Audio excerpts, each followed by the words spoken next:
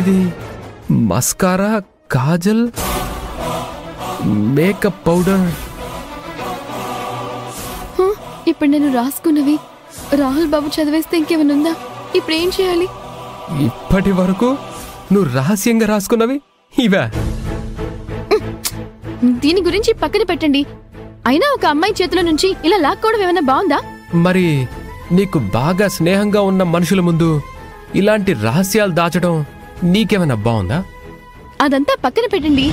మీరు బలవంతంగా లాక్కోవడం తప్ప ఇంకేం చేయగలరండి? నేను ఆదమర్చి ఉన్నాను కాబట్టి అలా లాక్కోగలిగారు. లేకపోతేనా? లేకపోతే ఏం చేసేదానివి? నీ బలం ప్రయోగించేదానివా? నా బలానికేం తక్కువ? మీలాగా దొంగ దెబ్బ తీయను. అవునా? దేనికైనా ఒక పోటీ ఉండాలి.